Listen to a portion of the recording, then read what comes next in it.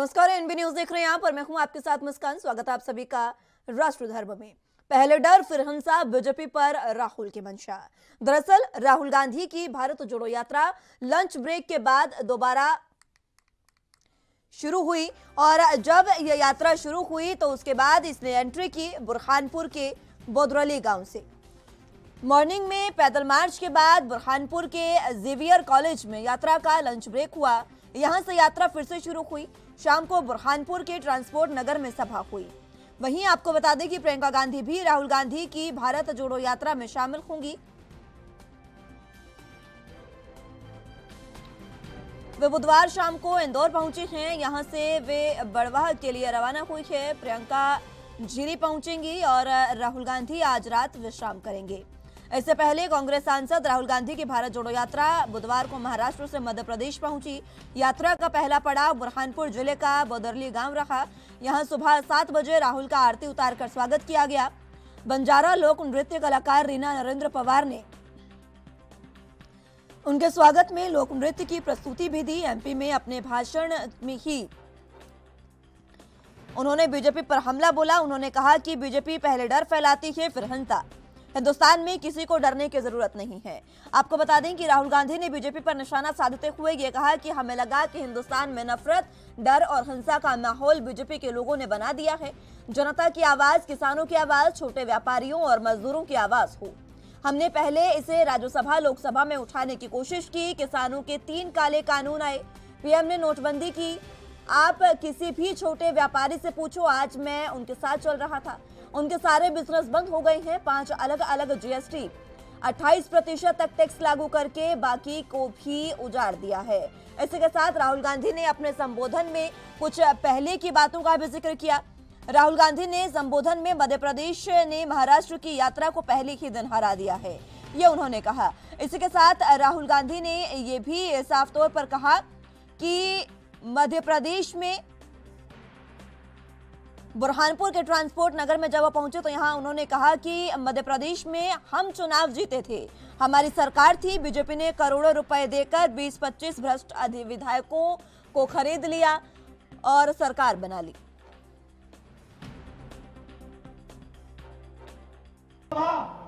रास्ता बंद।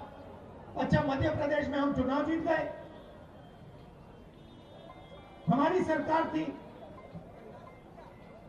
और करोड़ों रुपए लेकर 20-25 भ्रष्ट विधायकों को खरीद लिया और सरकार बना ली।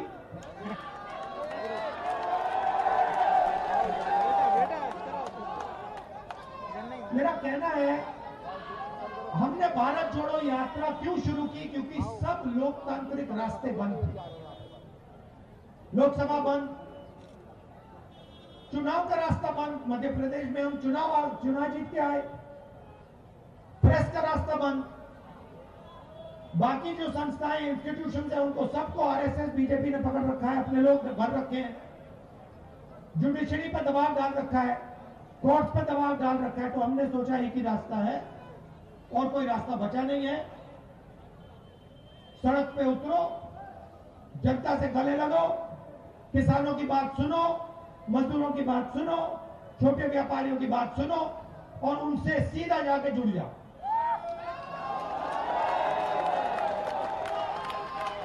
हमने सोचा भी नहीं था, मैं आपको सच बता रहा हूं, हमने सोचा भी नहीं था कि इतनी शक्ति, इतना प्यार, इतना सपोर्ट हिंदुस्तान के लोग, मध्य प्रदेश, महाराष्ट्र, केरला, आंध्र, तेलंगाना, तमिलनाडु के लोग इस यात्रा को देंगे। आप मेरा चेहरा देखो, देखो ये चेहरा देखो मेरा। ये आपको अभी कमलनाथ जी ने मुझसे पूछा, निकले मेरे साइड से, मुझसे पूछते हैं, राहुल तुम थके नहीं हो? भाई और बहनों, मेरा चेहरा थका हुआ दिख रहा है? मैं 2000 किलोमीटर चला हूं, 2000, कोई थकान नहीं, 1 सेकंड की थकान नहीं। सुबह उठता हूं, मैं आपको बता रहा हूं, सुबह उठता हूं, चलना शुरू करता हूं और अभी से मैं 6 बजे सुबह चलता हूं, उससे तेज मैं 8 बजे रात को चलता हूं। तो ये क्यों हो रहा है? अजीब सी बात है। 2000 किलोमीटर चल गया हो।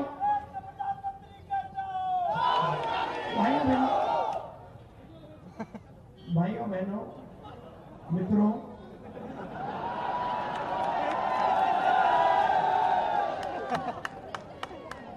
अच्छा, यात्रा में दूसरी बात होती है। यात्रा में हम 8 घंटे चलते हैं, 8 घंटे चलते हैं और आपकी बात सुनते हैं, ज्यादा नहीं बोलते। मैं ज्यादा टाइम चुप रहता हूं। जो मेरे साथ चल रहे हैं उनसे आप पूछ लो। आज मेरे साथ किसान चले हैं, युवा चले हैं, माताएं बहनें चली हैं, व्यापारी चले हैं, पंडित चले हैं। मैं बोलता नहीं, मैं सुनता हूं। 2-3 सवाल पूछता हूं। कैसे हो? परिवार कैसा है? क्या कर रहे हो? क्या मुश्किल है? किन चीजों को बदला जा सकता है? ये सवाल पूछता हूं और सुनता हूं। 8 घंटे सुनता हूं और घड़ी देख लेना आप, 15 मिनट 20 मिनट में बात करता हूं। मतलब 8 घंटे सुनता हूं, 15-20 मिनट बोलता हूं। मतलब 8 घंटे आपकी मन की बात चलती है, 15 मिनट मेरी मन की बात चलती है। इसीलिए मैं भाइयों बहनों को कह रहा था 15 मिनट मेरे हैं, 15 मिनट तो बोलने दो। तो ये यात्रा हमने नफरत, हिंसा, डर के खिलाफ शुरू की। देखिए, हिंदुस्तान नफरत का देश नहीं। मैं समझता हूँ जिन मुद्दों को लेकर राहुल गांधी जी जनता के बीच में लाखों लोगों के साथ मिलते हुए भारत की यात्रा उससे एक अनूठा संदेश मिले। और राजस्थान क्योंकि पहला वो राज्य होगा जहाँ पर कांग्रेस की सरकार है, यहाँ पर जब आएंगे तो उनका बहुत अद्भुत स्वागत होगा और एक ऐतिहासिक यात्रा का मोबाइल रहेंगे। लगभग 15 से 18 दिन की यात्रा रहेगी। एग्जैक्ट जो तिथि जब वो प्रवेश करेगी उसका निर्णय लिया नहीं गया, बहुत जल्द उसका निर्णय लिया जाएगा। लेकिन 3 से 6 के बीच में यात्रा का आना राजस्थान में तय है। अभी हमने एक मीटिंग करी है जो स्टेट लेवल कमेटी बनी है, इसमें सभी लोगों ने चर्चा करी है, अपने विचारों को रखा है, सब उत्साहित हैं। और एक बड़ी रैली अलवर जिले में हम लोग करेंगे क्योंकि अगले साल चुनाव राजस्थान के अंदर है, उस लिहाज से बहुत महत्वपूर्ण है। मैं समझता हूँ कि राहुल जी की यात्रा को लेकर सब लोग एकजुटता से काम कर रहे हैं और राजस्थान के अंदर विशेष रूप से सभी कार्यकर्ता और आमजन भी, क्योंकि ये यात्रा कोई पॉलिटिकल यात्रा नहीं है लेकिन लोगों को जोड़ने की है। जो देश में लाचारी है, महंगाई है, बेरोजगारी है, किसानों की जो पीड़ा हो रही है, उस सब का जवाब मांगना, लोगों को जोड़ना, प्रेम, सद्भावना, प्यार मोहब्बत की बात करना और लोगों के बीच में जाकर उनकी बातों को सुनना। जो भाजपा का नेतृत्व करता नहीं है, वो तो सिर्फ मन की बात और रेडियो में भाषण और विज्ञापन और इश्तिहार की बात करते हैं। राहुल गांधी जी ने एक अनूठी शुरुआत करी है जिसका देश में लोग कहते थे दक्षिण भारत के बाद उत्तरी भारत जब आएंगे तो शायद इम्पैक्ट नहीं पड़ेगा, लेकिन जो रैलियां हो रही हैं महाराष्ट्र में, जो आज मध्य प्रदेश में जो आज एंट्री कर रहे हैं, उसके बाद आप देखिएगा कि बहुत ज़्यादा एक सकारात्मक मैसेज इस यात्रा का जाता है। तो आज खुद भी जा रहा है? मैं आज यात्रा में शामिल हो रहा हूँ। हम सब समय समय पर जाते रहते हैं। मैं पहले तमिलनाडु में था, फिर मैं केरला में गया था और आज मैं जा रहा हूँ। यात्रा में सब चलते हैं और एक अलग ही माहौल है। आप जब राजस्थान यात्रा आएगी आप खुद एहसास करेंगे कि देखना टेलीविजन में अलग है, लेकिन यात्रा के बीच में लोगों के जो चलना होता है, जो एक प्यार और जो एक जोश का अनुभव होता है, वो अपने आप में बहुत ही एक यूनिक एक्सपीरियंस है। विजय फैसला ने कल एक बयान दिया है, यात्रा का विरोध होगा। मैं समझता हूँ कि भाजपा के हमारे जो साथी हैं वो विचलित, मैंने शुरू में कहा आपको, वो यात्रा से विचलित हैं। भारतीय जनता पार्टी की कोशिश हो सकती है कि यात्रा में बाधा डालें या इस प्रकार की दुर्भावना पैदा करें, लेकिन जनता बहुत समझदार है, लोग उत्साहित हैं और सब वर्ग के लोग, सब लोग चाहते हैं राजस्थान। तो जैसे कि एक हिंदी भाषी राज्य में राहुल गांधी ने जब एंट्री की है तो उसके बाद से उन्होंने बीजेपी पर इस तरीके का निशाना साधा है कि बीजेपी भी इस बार हिलकर रह गई है। राहुल ने सीधा कहा है कि बीजेपी पहले डराती है और फिर हिंसा करवाती है। इसी पर चर्चा की शुरुआत कर लेते हैं। तमाम गेस्ट हमारे साथ मौजूद हैं, उनका तारुफ आपसे करवा देते हैं। देवेंद्र प्रमुख जी नेता बीजेपी से हमारे साथ मौजूद हैं, मुन्ना खान जी नेता कांग्रेस से हमारे साथ मौजूद हैं और दीपक राय जी राजनीतिक विश्लेषक के तौर पर हमारे साथ मौजूद हैं। आप सभी का बहुत स्वागत है एनबी न्यूज पर। सबसे पहले मुन्ना खान जी आप ही के पास आना चाहूंगी। जिस तरीके से राहुल गांधी और भारत जोड़ो यात्रा जो है वो मध्य प्रदेश में जैसे ही एंटर होते ही इस बात का याद आना लाजमी था कि किस तरीके से बीजेपी ने यहां पर सरकार कांग्रेस की तोड़ी और अपनी सरकार बनाई, और इसका जिक्र मंच के माध्यम से करते भी नजर आए राहुल गांधी। साथ ही साथ एक बात उन्होंने कही कि बीजेपी पहले डराती है और उसके बाद हिंसा करवाती है। मतलब क्या है राहुल गांधी का, कहां निशाना साध रहे हैं मुन्ना खान जी?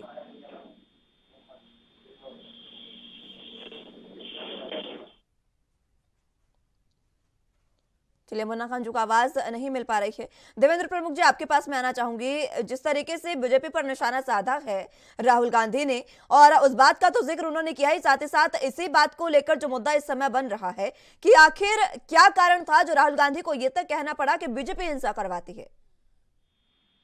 देखिए मुस्कान जी, ये राहुल जी का बयान था और आज कई बयान पर जो सुबह से एक और बयान भी आ रहा है उस पर भी डिबेट हो रही है। दूसरा मैं ये कहूंगा कि जिस तरह से वो उन्होंने बोला है, एक बड़े नेता का काम है अपना, उनका अधिकार है कि वो क्या सोच कर बोलते हैं समझकर, और हमें तो उस पर विश्लेषण करना। उन्होंने जैसे कहा कि मध्य प्रदेश में कुछ विधायक जो हैं उनको बहकाया गया है या तोड़ा गया है, या उन्होंने कहीं पैसे धनबल की भी बात करी है, तो मैं कहूंगा कि राहुल जी को ये चीज आज कैसे ज्ञात हो गया कि विधायक इतने कमजोर पड़ गए हैं कि सरकार बनने के बाद भी टूट रही है। सरकार बनने के बाद टूट रहे हैं तो इसका मतलब आपका निर्णय शुरू से ही गलत था। पार्टी के प्रति निष्ठा होनी चाहिए। सरकार अगर केंद्र में नहीं है, 10 प्रदेशों में हमसे अलग और भी बहुत सरकारें चल रही हैं, कई प्रदेशों में दूसरी सरकार चल रही है, दूसरी पार्टियों की सरकार चल रही है, और केंद्र सरकार का कोई काम नहीं होता। प्रदेश में जितनी सरकारें हैं सबकी जिम्मेदारी है तरीके से काम करना है। अगर कोई टूटता है, अगर कोई अपनी मर्जी से जाता है, तो ये या तो हमारे नेतृत्व की कमी होती है, या उनको सम्मान ना मिलना, या वो जहां तक उनको जितना उन्होंने उम्मीद की थी वो ना मिलना, टूट कर कहीं जा रहे हैं। और ये तो देखिए कांग्रेस का इतिहास हो गया कि कांग्रेस की जो रीढ़ है वो धीरे धीरे टूट चुकी है। उसमें एक घुन की जो बीमारी होती है ना, जो लकड़ी में लग जाता है तो गला देता है। कांग्रेस का जिस तरह से युवा लीडरशिप खत्म हुआ है, उससे लोगों का विश्वास खत्म हुआ है। चाहे मध्य प्रदेश की बात रही हो, चाहे आदर्श में कोई और प्रदेश की बात रही हो, धीरे धीरे जो है आप देखिए राजस्थान में क्या हो रहा है। आज राजस्थान के हालात पूरे देश में चर्चा का विषय बने हुए हैं। एक राजस्थान को संभाल नहीं पा रहे, पूरा परिवार मिलकर, राहुल जी, प्रियंका जी और सारी इनके परिवार के साथ, जो सोनिया जी ने भी पूरा कोशिश किया है, और खड़के से लेकर पूरा राष्ट्रीय नेतृत्व प्रयास कर चुका, लेकिन एक राजस्थान को शांत नहीं कर पाए। देश की जनता साफ जानती है, राहुल जी के बयान को भी समझती है कि आप एक छोटी चीज को नहीं संभाल पा रहे, बड़े के तो भी लायक जो है धीरे धीरे कमजोर पड़ रहे हो, लड़ाई में कहीं हो नहीं। और रही बात की गुजरात जैसे प्रदेश में आप चुनाव चल रहा है, आप वहाँ लड़ाई की बात कर रहे हो, आप पैदल यात्रा आज कर रहे हो। पैदल यात्रा करने का जो है लाभ तब होगा जब घर सुरक्षित होगा। घर में आपके विधायक टूटे हैं, आपके नेता टूटे, क्यों टूटे, उन पर मंथन होना चाहिए। आप उनका सम्मान करते, उनका स्वाभिमान रखते, तो शायद वो जल्दी से न टूटते, न ये हालात होती। तो राहुल जी के लिए बड़े नेता है, मेरी कोई सलाह तो हो नहीं सकती, लेकिन प्रार्थना है कि ईश्वर मां सरस्वती कृपा करे कि उन्हें जो है अभी समझ में आए, और विपक्ष की जो भूमिका होती है किसी भी लोकतांत्रिक प्रक्रिया में वो बनी रहे। क्योंकि अगर राहुल जी नहीं रहेंगे तो कोई और रहेगा भारतीय जनता पार्टी के सामने। विपक्ष में तो कोई ना कोई बैठता ही है, चाहे प्रदेश हो या देश हो। हम तो फिर भी यही दुआ बनाते हैं, यही मांग करते हैं कि उनको जो है शुद्ध बुद्धि मिले, और उनके आसपास का जो माहौल है, जिस तरह से उनको भ्रमित कर उस परिवार को, उस पार्टी को तोड़ा गया है, उससे आज भी वो नहीं समझ पा रहे, बहुत नीचे जा रहे हैं दिन प्रतिदिन। ठीक है, मुन्ना खान जी आपको आवाज मिल पा रही है? खान जी आवाज आ रही है, बहुत अच्छी आवाज आ रही है जी। सवाल अब मेरा वही आपसे, जिस तरीके से अभी उत्तर भारत में पहला ही हिंदी भाषी राज्य है जहां पर राहुल गांधी ने अपनी भारत जोड़ो यात्रा के साथ एंट्री की है, और यहां पर एंट्री करते ही सीधा हमला बीजेपी पर इस तरीके से कि ये कह दिया जाए कि बीजेपी हिंसा करवाती है। किस ओर इशारा कर रहे हैं राहुल गांधी, जरा बता दें। नहीं, ठीक है, मैं जवाब दूंगी आपसे मुन्ना खान जी, लेकिन उससे पहले वक्त एक छोटे से ब्रेक का है, फौरन हाजिर। के बाद एक बार फिर से स्वागत है आप सभी का। तो चर्चा की शुरुआत एक बार फिर से कर लेते हैं। तमाम गेस्ट हमारे साथ मौजूद हैं। मुन्ना खान जी, अपनी बात रखें।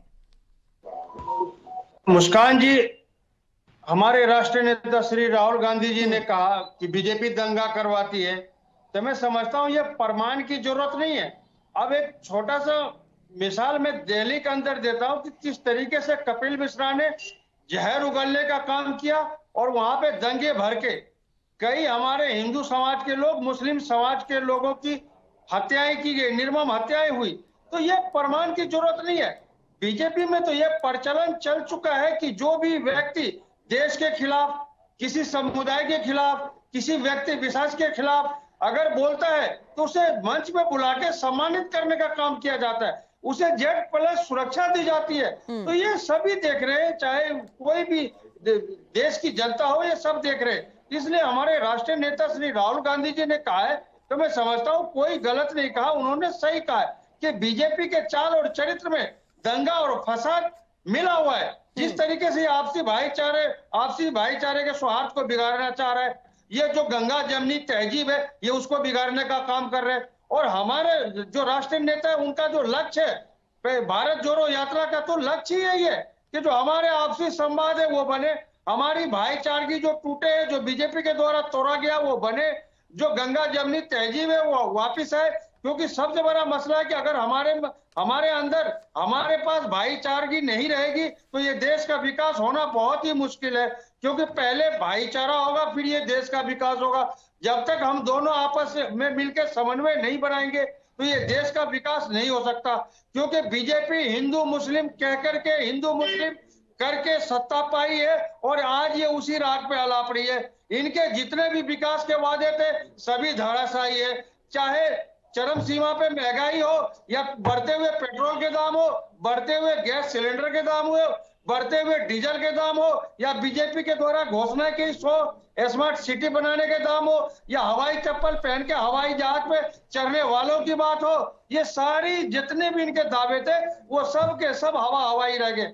आज किसान परेशान है, आज जवान परेशान है।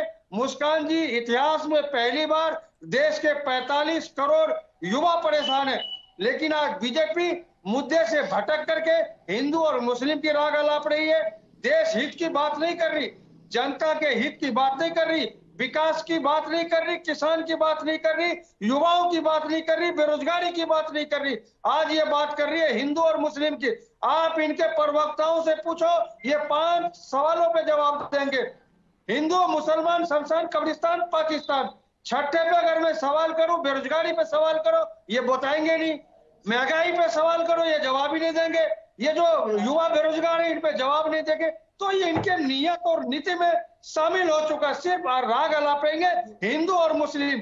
भाई साहब, आज हिंदू के भी लड़के परेशान है, आज मुस्लिम के भी लड़के परेशान है, और आज आप मजे ले रहे हो। तो ये सरकार कहती है कि 18 घंटे सरकार काम करती है। मैं कहता हूँ अगर 18 घंटे काम करके 300 के गैस सिलेंडर 1200 के हो रहे तो बंद कीजिए 18 घंटे काम करना। आप 6 घंटे काम कीजिए और 1200 के सिलेंडर को 300 में लाने का काम कीजिए। ठीक है दीपक राय जी, आपकी बतौर राजनीतिक विश्लेषक आपकी प्रतिक्रिया मैं इस पर जानना चाहूंगी। जिस तरीके से राहुल गांधी, क्योंकि हम ये लगातार कह रहे थे कि राहुल गांधी जो है वो दक्षिण राज्यों की ओर ज्यादा इस समय फोकस कर रहे हैं, उनकी भारत जोड़ो यात्रा है वो ज्यादा दक्षिणी राज्यों में रही है। लेकिन जैसे ही उत्तर की ओर प्रस्थान किया उन्होंने, मध्य प्रदेश में जब उन्होंने एंट्री की है, हिंदी भाषी राज्य है, और यहाँ पर जिस तरीके से बीजेपी पर निशाना साधा है उन्होंने, ये सीधा कहा जा सकता है क्योंकि आने वाले समय में राजस्थान, मध्य प्रदेश में चुनाव है, गुजरात से उनकी यात्रा अभी निकल कर आई है, तीनों ही राज्यों को इसी एक बयान से साधने की कोशिश उन्होंने की। जी देखिए मुस्कान जी, सबसे बड़ी चीज है जिस तरह उसका मतलब ये राहुल गांधी का जो पॉलिटिकल एक वो है, एक पब्लिक जेस्चर कही, तो बड़ा एक तो अपरिपक्व भी कहा जाएगा। देखिए सबसे बड़ी चीज जो है, कहीं तो उनको ये समझना चाहिए कांग्रेस पार्टी से जुड़े हुए हैं। आज गुजरात में चुनाव है, चाहे हिमाचल प्रदेश में चुनाव है, पहली बात तो इसमें करना ही नहीं चाहिए था उनको। तो आप उसका इम्पैक्ट देखिए, जब भी कोई काम आप करते हैं तो उसका रिजल्ट जो है वो डिसाइड करता है कि कितना वो उसमें मतलब उसका प्रभाव कितना पड़ रहा है।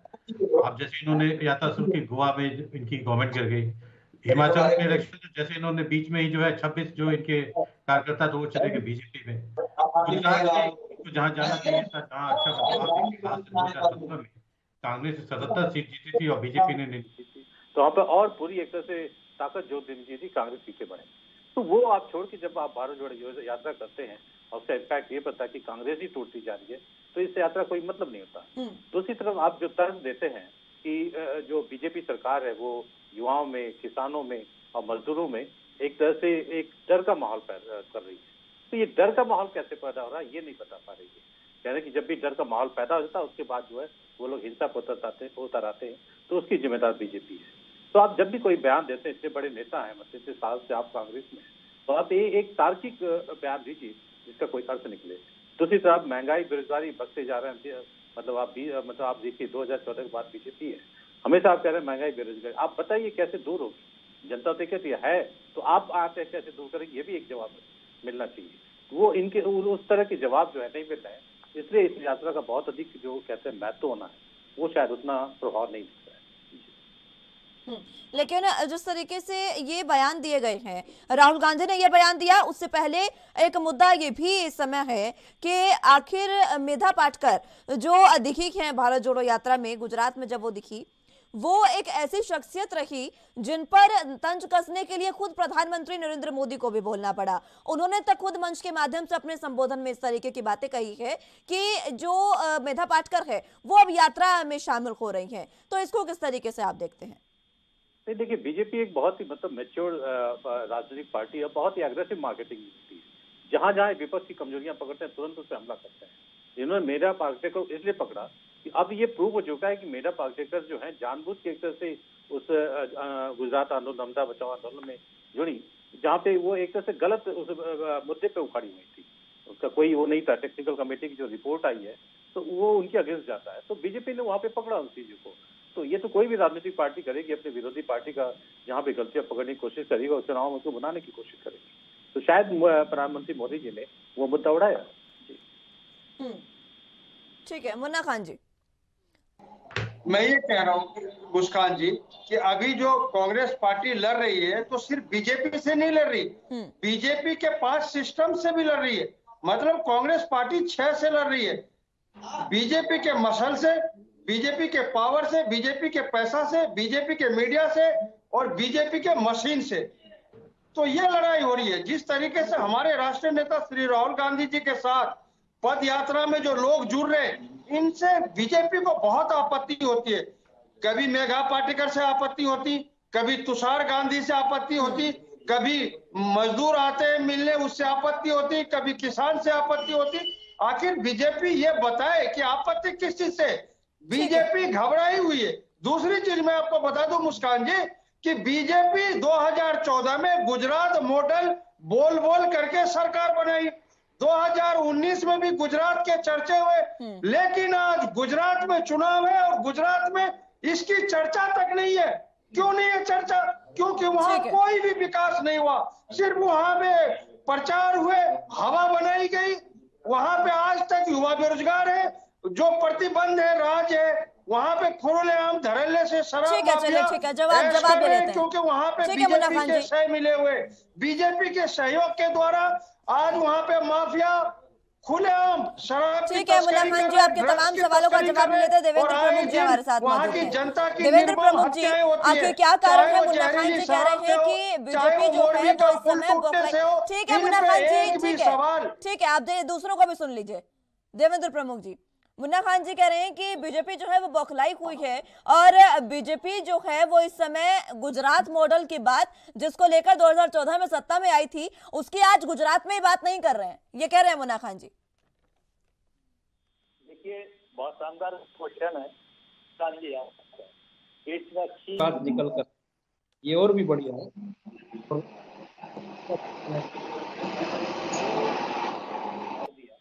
चीज ऐसी होती है कि जिन पर बात जो है जिसका अधिकार हो या जिसकी बात को रखने का मतलब हो वही बोलना तो अच्छा लगता है। और मैं ये आपको कहूँगा कि जिस तरह से बौखलाहट की बात चल रही है, बीजेपी की घबराने की चल रही है, तो चैनल पर बैठकर मेरा पेश बता रहा होगा। मुन्ना खान जी हमारे दोस्त है, हमारे भाई हैं, उनकी बता रही होगी कि हम दोनों में आज क्या अंतर है। हम जो है जश्न की तरफ बढ़ रहे हैं। हम जश्न की तरफ इसलिए बढ़ रहे हैं कि हमारा जो है चुनाव गुजरात का भी शानदार था और हमारा चुनाव दूसरे वाला भी जो है वो भी शानदार, और दिल्ली में भी हम अच्छी पोजीशन में हैं। लेकिन हमारा मकसद यहीं तक नहीं है कि हमें गुजरात पर लेकर या दिल्ली के चुनाव पर ही फोकस करना है। हमें 2024 का भी पता है, और हमारे यहाँ कोई छोटा चुनाव हो या बड़ा चुनाव हो, पार्टी का एक परिवेश है, उसमें रहकर कार्यकर्ता को काम करना है। नहीं, आज गुजरात में चुनाव है और गुजरात मॉडल की बात नहीं हो रही है। मित्र हमारे जो मुस्कान जी ने आपसे सवाल पूछा उन पर जवाब दे। आज गुजरात में ही गुजरात की बात क्यों नहीं हो रही? अगर गुजरात में विकास हुआ तो आप उन पर बात करो ना। आप कह रहे हो जश्न मनाने की बात, तो आप जश्न मनाओ, देश की जनता की बेरोजगारी दूर करो, जश्न मनाओ, मैं आपके साथ हूँ। युवाओं की बेरोजगारी दूर करो, जश्न मनाओ, मैं आपके साथ हूँ। किसान की पीड़ा दूर करो, जश्न मनाओ, मैं आपके साथ हूँ। पेट्रोल डीजल के दाम कम करो, जश्न मनाओ, मैं आपके साथ हूँ। मैं आपसे अलग नहीं हूँ मित्र। हमें तो कांग्रेस पार्टी को मजबूरी में इसमें बोलना पड़ रहा है कि जनता ट्राई कर रही है और आप भी जश्न मनाने की बात करते हो। बीच बीच में बोलेंगे तो डिबेट का समय खराब होता है। देवेंद्र जी, देखिए मुन्ना खान जी, आप तक मेरी आवाज आ रही है, और मुस्कान जी आपको भी बोल रहा हूं कि डिबेट्स में अगर कोई बोल रहा है तो उसकी बात सुननी चाहिए। अगर लग रहा है आपको कि अभी आपको और बोलना है तो मैं इंतजार करूंगा। आप बोलिए, मुझे मौका मिला, मैं अपनी बात रखूंगा। आप बहुत लंबे समय तक बोले, कड़ी आवाज में बोले, जोश के साथ बोले, मैंने सुना है आराम से। ठीक है, अब मैं बड़े शानदार तरीके से बड़े आराम से बोल रहा हूं, और जोश भी मुझे दिखाने की जरूरत नहीं पड़ती है, क्योंकि आप गुजरात मॉडल की बात करते हैं। मैं ये कह देना चाहता हूं कि मॉडल और नीति किसी को बूझकर तय नहीं किए जाते। एक अच्छे पहलवान को जब अखाड़े में पहली बार सफलता मिलती है तो और अगला चांस उसको मिलता है क्वालिफाई करने के लिए, चाहे वो क्रिकेट की टीम हो या पहलवान हो या कोई भी खेल हो या राजनीतिक हो, राजनीति भी खेल, उसमें कोई जरूरी नहीं है कि उसी दाव को जो है बार बार रिपीट करेंगे जिससे हम जीत कर आए। ये पहचान है हमारी, हमारे पास मॉडल भी है, विकास भी है, और लोगों का विश्वास जीतने की 2014 का आप एक राज्य में वापसी नहीं कर पाए। आप दिन पर दिन आपका स्तर खत्म होता चला गया, खुद को नहीं बचा पाए, अपने पार्टी और घर को नहीं बचा पाए। हमसे मॉडल पूछते हो, आप इस लायक ही नहीं हो। अरे राहुल जी ने अपना आज विश्वास जी बोले, पिछली डिबेट में जिक्र हुआ था कि उनके खिलाफ बोले, आपके पास से क्यों आए? एक शब्द बोला है, पूरे नेताओं ने आपको ने जो ना उछालना शुरू कर दिया, कुत्ते के बिस्कुट बताने शुरू कर दिए। अब वो बिस्कुट खिला रहा था, अच्छा किया। अरे ये सब चीज जो है आप क्या कर रहे हो? मैंने राजस्थान का ताजा उदाहरण दिया। हम लोग प्रत्यक्ष को कभी प्रमाण की जरूरत नहीं, मुद्दे के साथ बोलते हैं कि एक आपने इतने अच्छे अच्छे नेता खोए हैं कि चाहे वो किसी भी पार्टी में गए या हमारे साथ आए, लेकिन आपसे निकल कर आए हैं। क्यों आए? मंथन की जरूरत है। आपसे अपना घर नहीं संभल रहा, आप जो है चुनाव की बात कर रहे हैं। मुझे तो उम्मीद ये लग रही है कि आने वाले समय में तुमसे ज्यादा मजबूत तो तुम्हारा शिष्य, तुम्हारा चेला जिसको तुमने बनाया था, अरविंद केजरीवाल, दिल्ली के माध्यम से दोनों जगह की सत्ता तुमसे छीन कर बैठा है। अरे कहीं ना कहीं उसी से लड़ लो। पहले भारतीय जनता पार्टी का सपना देखना बंद करो मित्र। पहले एक छोटी खाई को भर लोगे तब बड़े कुआं की शुरुआत करोगे। बड़े कुआं में कहां तक डालोगे? भारतीय जनता पार्टी इस देश का नहीं, विश्व का वो समंदर बन चुकी है कि जिसमें देश की विदेश की कंट्री आकर खड़ी है कि माननीय नरेंद्र मोदी जी किसके कंधे पर हाथ रख के ये किया है हमने 2014 के बाद। ये बदलाव है भारत की राजनीति में और भारत की सरकार में और भारत की ताकत में। अभी राहुल जी से हमारी कोई लड़ाई नहीं रही।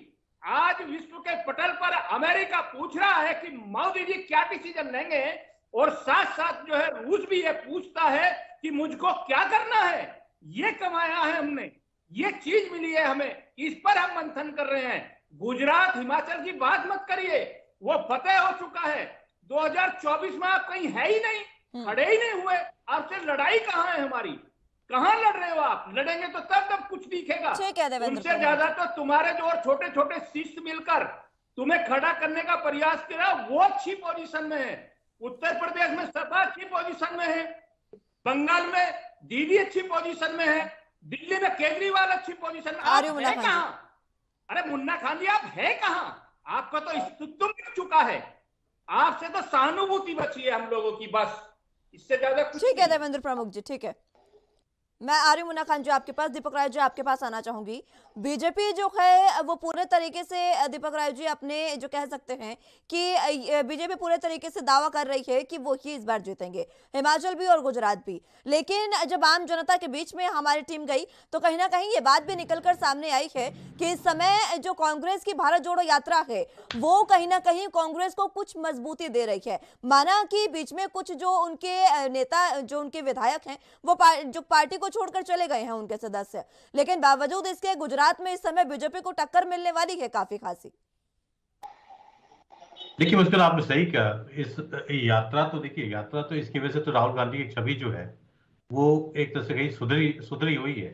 लेकिन आप ये कहिए कि इसका इलेक्शन में सीट में जीतने में ये कन्वर्ट होगा, ये कहना बहुत बड़ा मुश्किल है। सबसे बड़ी चीज जीत नहीं, जनता के लेकिन सामने, हाँ वोटों में जो सीटें हैं उसमें बदलाव जरूर हो सकता है इस बार। नहीं, मुझे नहीं लगता, क्योंकि जनता बहुत परिपक्व हो चुकी है, उसको भविष्य देखना है। आप ये भी देखिए कि भविष्य में उसकी जो जिसको वोट दे रही है वो कितना काम आएगा। तो उस हिसाब देखा जाए तो कांग्रेस जो कहीं खड़ी नहीं होती। सबसे बड़ी चीज कांग्रेस एक जो इतनी एक तरह से कमजोर हो चुकी है और इतना बिखराव आ चुका है, तो उसको कंसोलिडेट होना सबसे जरूरी है। तो जनता देख रही है कि भविष्य में कौन उसके साथ खड़ा रह सकता है, सेंटर में कौन सी गवर्नमेंट होगी। तो इस पूरे परिप्रेक्ष्य में देखा जाए तो बीजेपी जो है काफी स्ट्रांग है। लेकिन सबसे बड़ी चीज कहीं कहीं एंटी इनकम्बेंसी फैक्टर जो है भारतीय राजनीति में हमेशा काम किया है, तो वो भी। लेकिन सबसे बड़ी कांग्रेस की जो कमजोरी ये रही है, एक मजबूत पार्टी होगा। अगर गुजरात में इलेक्शन कैंपेन की होती तो शायद तस्वीर दूसरी होती। वहां पे कोई कांग्रेस नेता नहीं देख रहे, खड़गे जी एक तरह से नहीं दिख रहे। तो जितने बड़े नेता जिस तरह से कैंपेनिंग बीजेपी ने की है, मोदी जी जितनी रैली कर रहे हैं, चाहे नड्डा जी जितनी रैली कर रहे हैं, अमित शाह जितनी रैली, उस तरह से कांग्रेस कहीं खड़ी नहीं नजर आ रही है। तो आप कैसे कह सकते हैं कि सीट बढ़ेगी? क्योंकि मुद्दा देखिए, कांग्रेस का अगर बीजेपी के पास बहुत हथियार है। एक विकास जो है गुजरात में हुआ है, गुजरात में हमेशा शांति रही, आज नहीं पहले से भी शांति रही है, उसमें भी विपक्ष उस पर कोई वो नहीं कर सकता। लेकिन 2-3 मुद्दे हैं, बेरोजगारी और महंगाई का मुद्दा है, लेकिन शायद वो मुद्दे उतने काम नहीं आएंगे जो बीजेपी जो है अपने काम को उठाकर चाहे मोदी के नाम पर जो इलेक्शन में गई। तो इस वजह से उसको काफी फायदा मिलेगा। ठीक है मुन्ना खान जी, आप जो जीत का दावा कर रहे हैं बार बार, और राहुल गांधी जिस तरीके से मंच के माध्यम से निशाना साधते नजर आ रहे हैं, लेकिन बीजेपी जो है वो तो कांग्रेस को कहीं देख ही नहीं रही है अपनी चुनौती के रूप में।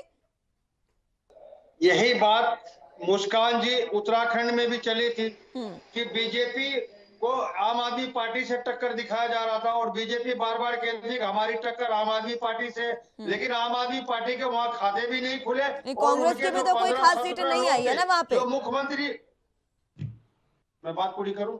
बिल्कुल करिए। मैं ये कह रहा हूं उत्तराखंड में भी मुस्कान जी यही दिखाया जा रहा था कि बीजेपी से आम आदमी पार्टी की टक्कर है, कांग्रेस कहीं है ही नहीं। लेकिन जब रिजल्ट आए तो ये पता लगा कि आम आदमी पार्टी की जमानत जब्त हुई, और उनके जो मुख्यमंत्री के दावेदार थे और उनके साथ जो 17-18 लोग सहयोगी थे, सभी के सभी बीजेपी ज्वाइन कर ली, ये खबर आई। तो यही एक धारणा गुजरात में भी बनाई जा रही है, जबकि इनके जो गुजरात के अंदर हमारे देश के प्रधानमंत्री ने कहा है कि कांग्रेस को हल्के में आंकना ये सही नहीं होगा, क्योंकि कांग्रेस पार्टी ब्लॉक स्तर पे मेहनत कर रही है, इनको हल्के में लेना गलत होगा। क्योंकि 2017 में भी जो चुनाव था तो उनमें सिद्ध किया कांग्रेस पार्टी ने, किस तरीके से टक्कर दी थी कि हमारे देश के प्रधानमंत्री को आकर के इमोशनल भाषण देने पड़े कि मारो इज्जत खतरों में छो, मारो बचा लो। उसके बाद 10-5 सीटें बढ़ी थी। तो इसी ताकत के साथ 2022 में कांग्रेस पार्टी गुजरात में सरकार बनाने जा रही है, और कुछ ही दिन का समय है। मैं अपने मित्र के पास लड्डू का डब्बा लेकर के इन्हें मुंह मीठा करने आऊंगा। देवेंद्र प्रमुख जी, मुन्ना खान जी कह रहे हैं कि कुछ ही समय है आपके पास, और उसके बाद वो आ रहे हैं आपको आपका मुंह मीठा करवाने के लिए। मुस्कान जी, ये लोकतंत्र की प्रक्रिया है। अगर हमारे को सफलता मिलेगी तो हम जरूर लड्डू खाएंगे, और हमको मिलेगी तो उनको भी हम जरूर भिजवाएंगे। और ये अभी लोकतंत्र में हमारा विश्वास भी है। मित्र हमारे एक सेकंड मित्र हमारे एक सेकंड, एक गालिब का एक शेर है, माना कि तू कयामत है पर कयामत तक तो नहीं। तो इतनी घमंड करने की जरूरत नहीं है, बस 2-4 दिन का मसला है, पता लग गया। नहीं, घमंड नहीं है, और सलाम है आपके शेर को। अच्छा ये अपनी अपनी प्रक्रिया है कि आज मुस्कान जी अच्छी डिबेट हो रही है, इसके लिए आपको धन्यवाद जी। और विश्लेषण के तौर पर दीपक सर बैठे हैं, उनको भी सादर नमस्कार, क्योंकि वो भी ज्यादा समय नहीं ले रहे, तुरंत ही सच्चाई को निकाल कर क्रिया कर रहे हैं, तो डिबेट में जो है अच्छा रहता है और अच्छा लगता भी। कांग्रेस के साथ सिर्फ यही बात थी मुस्कान जी, मैं अपनी बात पर वहीं दोहरा रहा हूं कि लोकतंत्र में कोई किसी का स्थायी दुश्मन नहीं होता, कोई स्थायी दोस्त नहीं होता। राजनीति की ये परिभाषा है, अपना परिवेश भी है राजनीति का, कि गठबंधन की सरकारें चलती आई काफी समय से, जो है कई गठबंधन एक साथ कर लोकतंत्र में सरकार चला, लेकिन 2014 के बाद कई चीज जो है देश में आया है, अपनी फीट तपतपाएं, इसे ये भी जल्दबाजी होगी। मैं ये कहता हूं कि 2014 के बाद जब प्रत्यक्ष कभी प्रमाण की जरूरत नहीं होती, तब यही जो है लागू होता है कि हमें ज्यादा सोचने और विचारने का अवसर इसलिए भी नहीं मिला कि हमारे देश की महान जनता ने नहीं दिया है जितनी मेहनत हमने की है, भारतीय जनता पार्टी ने की है, उससे ज्यादा हमारे देश की जनता ने हमारे नेतृत्व को, हमारे माननीय प्रधानमंत्री के कार्य को, उनके काम को देखकर अपना आशीर्वाद दिया। ये कोई अहंकार की बात नहीं है। हम हर चुनाव में बढ़े हैं, कहीं नहीं घटे। कुछ जगह हमने ऐसा प्रदर्शन किया है, महाराष्ट्र को हो, हरियाणा को हो, जिन प्रदेशों में हम बहुत कम होते थे, और वहां अगर मैं बात आपको करने लगूं बंगाल की, तो भारतीय जनता पार्टी ने वहां भी बहुत कुछ पाया, कहीं नुकसान में नहीं है। देश में जिस प्रदेश में चुनाव हुआ, भारतीय जनता पार्टी ने शानदार उपस्थिति दर्ज कराई। और अब 2024 में देखिए, रणनीति का हिस्सा होता है, लेकिन आपके चैनल पर बैठकर कह रहा हूं कि हम उस आनंद को लेना चाहते हैं कि जितनी मेहनत हम लोगों ने प्रदेश वाइज की है, हमारी पार्टी ने की है, हमारे 18 करोड़ जो कार्यकर्ता है पार्टी के, विश्व का सबसे बड़ा संगठन, और भारत की राजनीतिक पार्टी भारतीय जनता पार्टी ने मेहनत की है, उसका हमें इनाम मिलने वाला है 2024 में। इतिहास दोहराया जाएगा। और इस प्रक्रिया में मैं अपनी बात पर आता हुए कि मुझे कांग्रेस से सहानुभूति इसलिए है कि कांग्रेस विपक्ष पर मुझे नजर आ नहीं रही, और जिस तरह विपक्ष प्रयास कर रहा है, क्योंकि ये भी हमें पता है कि सबको मिलके ही किसी ताकत में, दल में, लेकिन देवेंद्र प्रमुख जी, ये बात तो सारी ठीक है, ये बात सारी ठीक है, लेकिन मध्य प्रदेश में भी चुनाव है, और राहुल गांधी जब मंच के माध्यम से अपना संबोधन करते हैं जनता को, तो वो ये कहते हैं कि सरकार तो हमने बनाई थी, लेकिन बीजेपी वालों ने तो हमारे विधायक ही खरीद लिए, और पूरा वही ऑपरेशन लोटस जो है उसको लेकर उन्होंने ये बातें कही है। देखिए, ये बहुत शानदार क्वेश्चन। राहुल जी बड़े नेता हैं, सब बड़े नेता पार्टी के जो हैं सबका सम्मान होना चाहिए, और राहुल जी का भी सम्मान करते हुए यही कहूंगा कि उन्होंने मंच के माध्यम से कही है, लेकिन ये बात जो है, अगर इसका मतलब हम दिखा रहे हैं, इसका विश्लेषण हो, इसका निष्कर्ष निकल कर आए मुस्कान जी, तो राहुल ने एक मंच से कच्ची बात की है मेरी नजर में, क्योंकि उन्हें राहुल जी को अपने नेतृत्व पर जब उनकी सरकार बन गई है, उसके बाद अगर वो सरकार टूट रही है, वो सरकार गिर रही है, उनके दरबार में बार बार हाजिरी लग रही है, ये प्रत्यक्ष में प्रमाण को जरूरत नहीं है, राजस्थान हो रहा है। आप वही बात, ये मध्य प्रदेश से लेकर इन प्रदेशों की हालात बने थे, और आज क्या कर पाए राजस्थान का, क्या हालत है, आप बोलने की हिम्मत नहीं कर पा रहे। अपने एक अच्छे नेता का फिर बलिदान देने जाते हैं। एक युवा जो आपके सचिन जो है, जो मैं बेशर्ते एक नेता आपके पास है बोलने के लिए, लड़ने के लिए बलि देने जा रहे हैं बहुत जल्दी। मुझे कहना नहीं चाहिए, आपकी आपका अपनी मामला है। तो राहुल मेरे नेता है देश के, मेरी पार्टी का विपक्ष का नेता है, मैं उनका सम्मान करते हुए उनको यही सलाह दूंगा कि उन्हें अपने घर को बचाना पड़ेगा, प्रयास करना पड़ेगा। मध्य प्रदेश की चिंता और उनका बयान कोई मायने, राजस्थान ताजा उनके लिए परीक्षण खड़ा है कि राजस्थान में क्या घटने वाला है, इसके लिए चिल्लाओगे। ना तो बीजेपी ने किसी को खरीदा है, ना तोड़ा है, उन लोगों की निष्ठा थी, वो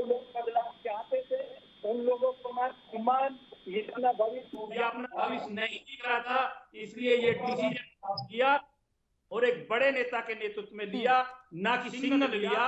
कभी भी ऐसी बात बोलने से पहले उस पर मंथन होना चाहिए। राहुल जी ने बोली है, इसके सम्मान के साथ बोल रहा हूं, कोई और बोलता तो और ज्यादा बताता आपको, इसलिए ज्यादा भी नहीं बता रहा हूं। ये राहुल जी का बयान जो है उनके लिए कोई अच्छा बयान है नहीं, उनकी ये सोच को जो है उजागर करता है कि अभी मानसिक सोच है वो कमजोर पड़ी हुई है अंदर तक। ठीक है दीपक राय जी, हम जिस तरीके से मध्य प्रदेश में बात कर रहे हैं, जिस तरीके से राहुल गांधी ने अपना ये वक्तव्य दिया कि हमारे विधायक तक खरीद लिए, एक बात उन्होंने और कही है कि भारत जोड़ो यात्रा क्यों शुरू करनी पड़ी। इस पर वो कहते हैं कि पूरे रास्ते हमारे लिए बंद थे, लोकसभा भी बंद थी, चुनाव तक का रास्ता बंद था। साथ ही साथ उन्होंने कहा कि मीडिया का रास्ता भी बंद था, इसी वजह से आवाज उठाने के लिए हमें यात्रा शुरू करनी पड़ी है। उनके इस बयान को किस तरीके से देखते हैं। और दूसरी तरफ देवेंद्र प्रमुख जी ने कहा कि विश्लेषण अगर उनके इस बयान का किया जाए तो कहीं ना कहीं कांग्रेस की ही जो नामजबूती है वो दिखती है।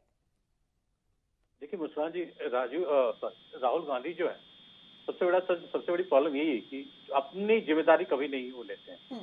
इतने इलेक्शन हारे कांग्रेस ने, माशाल्लाह 45 या 46 इलेक्शन चुनाव हारे हैं पूरे देश में, चाहे विधानसभा का और भी देखा जाए तो कभी भी अपनी जिम्मेदारी उन्होंने ली। इतने साल से वो अध्यक्ष है, सबसे पहले उनको इस्तीफा देना चाहिए, उन्होंने कभी नहीं। अभी उन्होंने वक्तव्य दिया कि 25 भ्रष्ट जो नेता थे हमारे, उनको बीजेपी ने खरीद लिया। तो अब नई पार्टी के नेता को भ्रष्ट बता रहे हैं।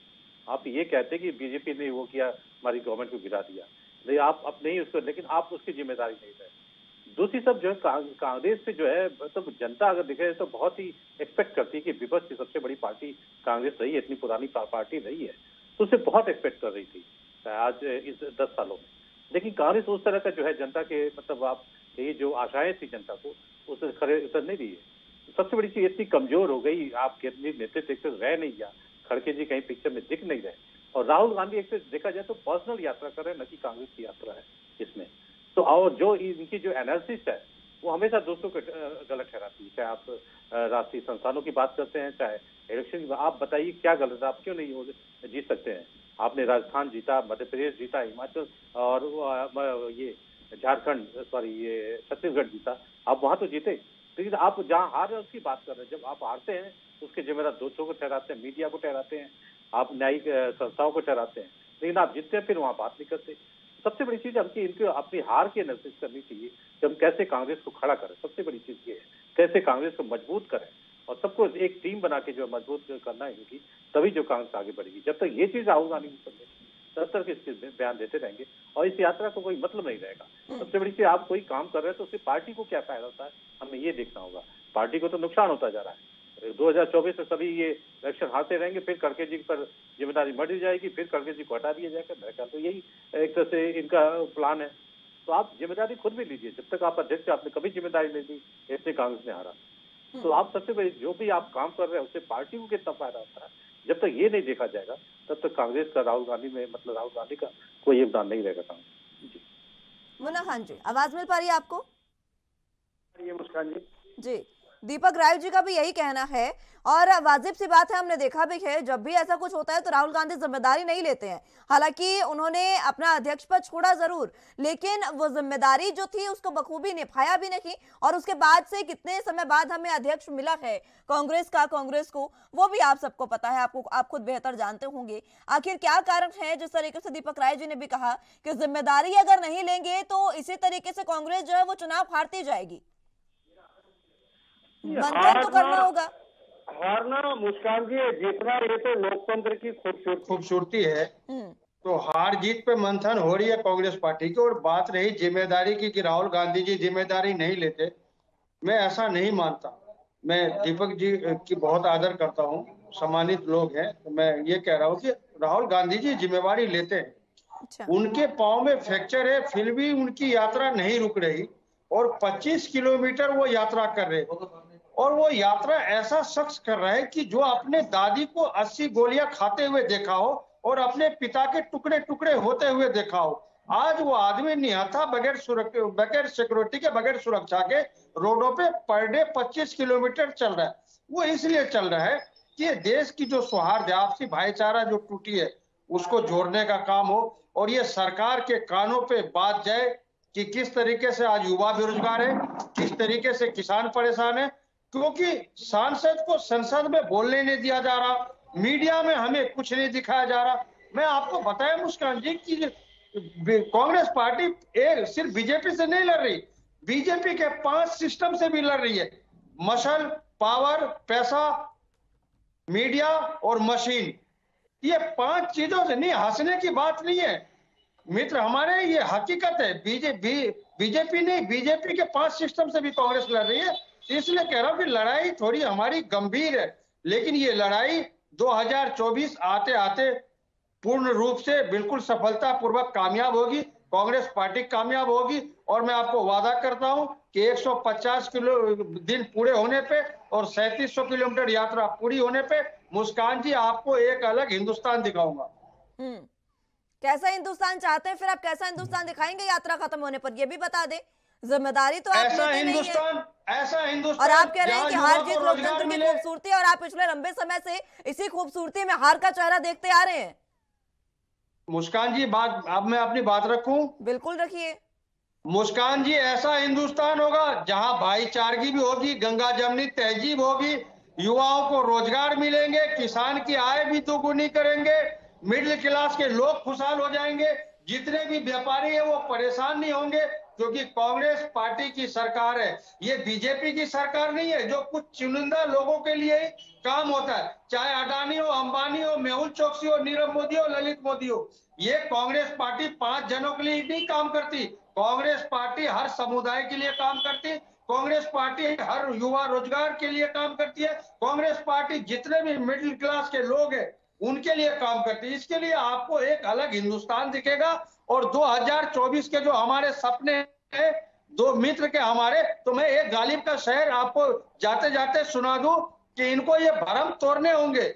शायर ये था कि हमारा ही कत्ल होगा, हमें ही कातिल कहेगी दुनिया, और हमारा ही कत्ल आम होगा, हम ही कुएं खोदते फिरेंगे और हम ही पे पानी हराम होगा। अगर ऐसी जहनियत रही हमारे दोस्त, तो ना यहाँ कोई भगत सिंह, ना यहाँ कोई अबुल कलाम होगा। तो ये जहनियत को बदलने की जरूरत है, इन जहनियत को बदलिए। अभी भी 1-1.5 साल मौका है, कुछ जाते जाते जनता का भला कीजिए, युवा का भला कीजिए, किसान का भला कीजिए। जितने भी बेरोजगार युवा है, इतिहास में पहली बार 45 करोड़ युवा बेरोजगार है, तो ये मैं समझता हूँ बहुत ही चिंता का विषय है। ये हमारे प्रधानमंत्री के वादे थे 2022 में हर गरीब को घर मिलेगा, 2022 में चप्पल पहनने वाला हवाई जहाज में बैठेगा, 2022 तक 100 स्मार्ट सिटी बनेंगे, 2022 तक बुलेट ट्रेनें चलेंगी, पता नहीं क्या क्या है, 15 लाख के वादे, 30 लाख के वादे, सारे के सारे वादे इनके जुमले हो गए और धाराशाही रह गए। आज युवा बेरोजगार है, किसान परेशान है, मिडिल क्लास के लोगों का व्यापार बंद है, व्यापारियों के सारे व्यापार चौपट है। तो ये बीजेपी के राज में सिर्फ 5-6 लोग ही खुश हैं। मुन्ना खान जी, गालिब के 2 शेर आप सुना चुके हैं, तो एक मुझसे भी सुन लीजिए। उन्होंने ये भी लिखा था कि दिल बहलाने को गालिब ये ख्याल अच्छा है। तो मुन्ना खान जी, अगर मंथन नहीं करेंगे ना तो ये आपके ख्वाब ही रह जाएंगे। अगर इन ख्वाबों को आपको सही सार्थक करना है, सत्य करना है, तो मंथन की जरूरत है और अच्छे से मेहनत की भी जरूरत है, वरना आप ये ख्वाब देखते रहिए। देवेंद्र प्रमुख जी, आप बहुत अच्छा डिबेट रहा, इसके लिए आपको बहुत बहुत मुबारकबाद देता हूँ। बहुत ही अच्छा डिबेट रहा आज के लिए आप बधाई के पात्र हो। नहीं मुन्ना खान जी, मैंने जाने को तो कहा ही नहीं अभी आपको, अभी तो है डिबेट का समय, अभी से आप क्यों धन्यवाद करें। देवेंद्र प्रमुख जी, कि मैच खत्म हो गया। नहीं, दरअसल 1 बजे से बैठा हूँ, टाइम का पता नहीं लग रहा। अच्छा चलिए, कोई बात नहीं। भी आखिरी ओवर और निर्णायक ओवर बाकी है मुन्ना खान जी। ठीक है देवेंद्र प्रमुख जी, अपनी बात रखिए। मुन्ना खान जी का ये कहीं ना कहीं जो दर्द है, सच्चाई को बयां कर रहा है कि 2014 से पहले मुस्कान जी इस देश में कत्लेआम होता था। हिंदू मुसलमान के उत्तर प्रदेश में 500 से प्लस जंगे होते थे, देश में बसें जलाई जाती, दिन दाड़े हत्याएं होती। अब ये मुद्दे को कहाँ लेके जा रहे हैं? ये मुद्दे बेरोजगारी पे नहीं होंगे, इनके महंगाई पे नहीं होंगे। ठीक है, हाँ मैं पूछ रही हूँ। देवेंद्र प्रमुख जी, बेरोजगारी पर उन्होंने सवाल पूछा आपसे, जल्दी से उनका जवाब दे दीजिए, समय भी समाप्त होता जा रहा है। बेरोजगारी, महंगाई, क्योंकि दीपक राय जी ने भी कहा कि ये मुद्दे हैं इस समय। क्राइम मुक्त हुआ है और हुई है, और रही बात महंगाई के मुद्दे की कि कोरोना काल विश्व का जो पूरा भारत ही कामयाब हुआ है सिर्फ, अमेरिका से लेकर ब्रिटेन तक की कमरे टूटी, सबने सिलेंडर किया, लेकिन भारत विकासशील देश होकर स्वयं खड़ा रहा, अपने पड़ोसियों की मदद करता रहा। और आज जीडीपी और महंगाई दर विश्व की अपेक्षा भारत सबसे शानदार स्थिति में है। क्या करना चाहते हैं लोग? इनका काम चिन्ह या कश्मीर जैसा जो खत्म कर दिया था प्रदेश, आज वो देश का स्वर्ग है। 370 से हटने के बाद देश में सुरक्षा बढ़ी है। जवान सैनिक सीमाओं पर आतंकवादियों को धक्के डाल रहे हैं। पहले सर कट जाते थे और ये कहते हैं कि हम राज बदलेंगे, अरे हम राम राज लाएंगे। राम की तो परिभाषा का पता नहीं था। राम राज तो 2014 के बाद इस देश में शुरू हुआ है। देखो तो सही, आनंद दीजिए बुंदा कांडी। आज मुस्लिम भाई भी सुरक्षित होकर उत्तर प्रदेश से ये कहता है कि योगी जी का शासन है, उत्तर प्रदेश में अक्षर मोदी उत्तर प्रदेश में चुनाव नहीं होगा। अरे दिल्ली जैसे शहर में दिल्ली में होगा, आपकी जवानी सरकार उनका पूछे क्या स्थिति है। तो मैं एक क्लियर आपको करना चाह रहा था, ये बताना चाह रहा था कि वास्तव में बदलाव का आनंद ले रहा पूरा देश, और कहीं से कहीं तक नहीं है। अभी आप 2024 के सपने मत देखो कि 5 साल बाद लोग स्टार्ट। चलिए ठीक है, दीपक राय जी, पूरे मसले पर आखिरी कमेंट आपका चाहूंगी। देखिए मुस्कान जी, बीजेपी अब जो है ना, एक जो विचारधारा के रूप में उभर रही है, और हिंदुत्व राष्ट्रवाद की जो विचारधारा है, शायद उसका कहीं कहीं समय आ गया है। तो ये चीज कांग्रेस को समझना होगा कि इस जो गति से बीजेपी आगे बढ़ रही है, या तो उसको आप रोकिए। अगर आप नहीं रोक सकते जल्दी, अगर ये विचारधारा 5 साल और बढ़ती है, तो शायद आने वाले 10-15 सालों में फिर आप नहीं रोक सकते।